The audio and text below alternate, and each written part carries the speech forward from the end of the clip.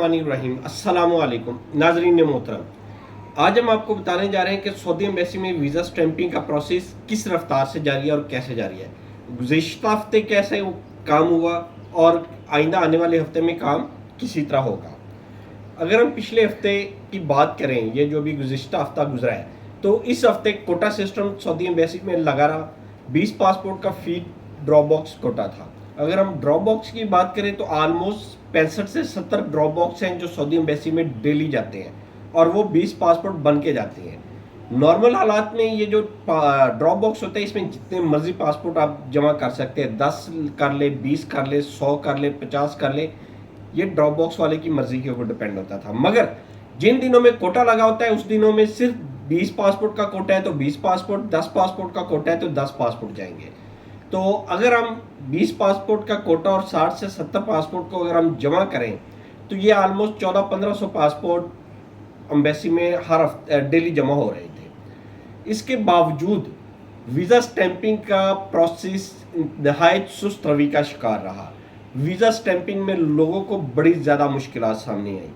गुज़िश्ता हफ्ते, उससे पहले हफ्ते, यानी कि एक तो हफ्ता ये गुजर चुका है, इससे जो पहले हफ्ता था उसमें इन्होंने सबमिशन बंद की, पुराने पासपोर्ट क्लियर किए और फिर नए हफ्ते के ऊपर ये काम इन्होंने शुरू किया, ड्रॉप बॉक्स वसूल करना शुरू किया।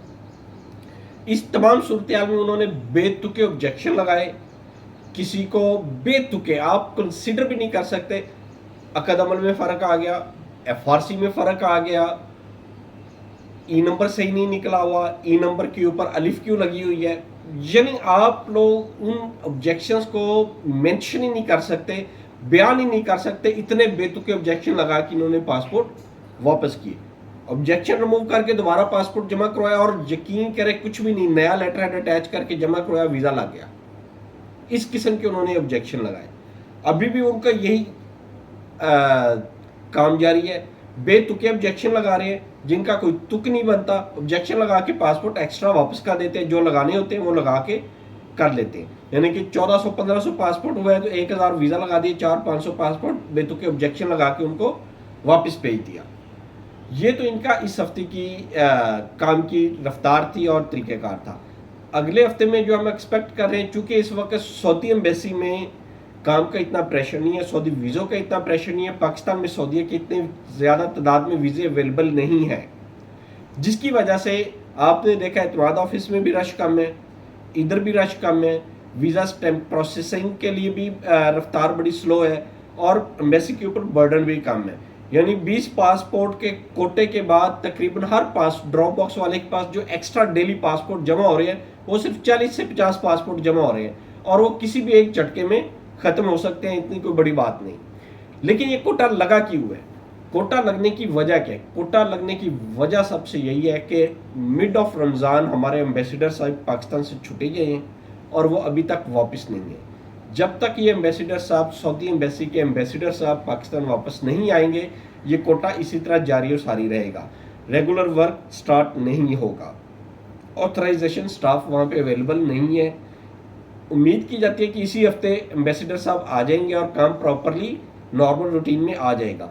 लेकिन आगे हमें नज़र आ रहा है चंद दिनों के बाद, ऑलमोस्ट एक माह, तकरीबन एक माह रहता है, हज सीज़न स्टार्ट हो जाएगा और एम्बेसडर साहब ने फिर चले जाना है।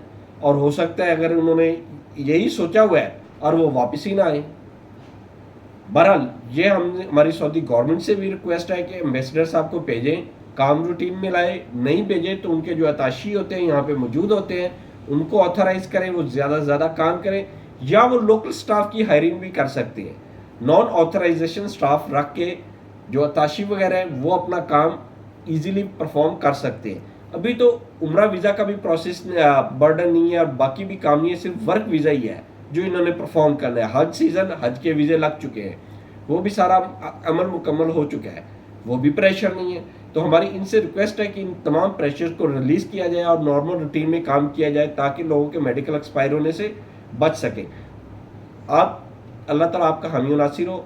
हमारे चैनल को लाइक करें, सब्सक्राइब करें और ज़्यादा से ज़्यादा शेयर करें। अल्लाह हाफिज़।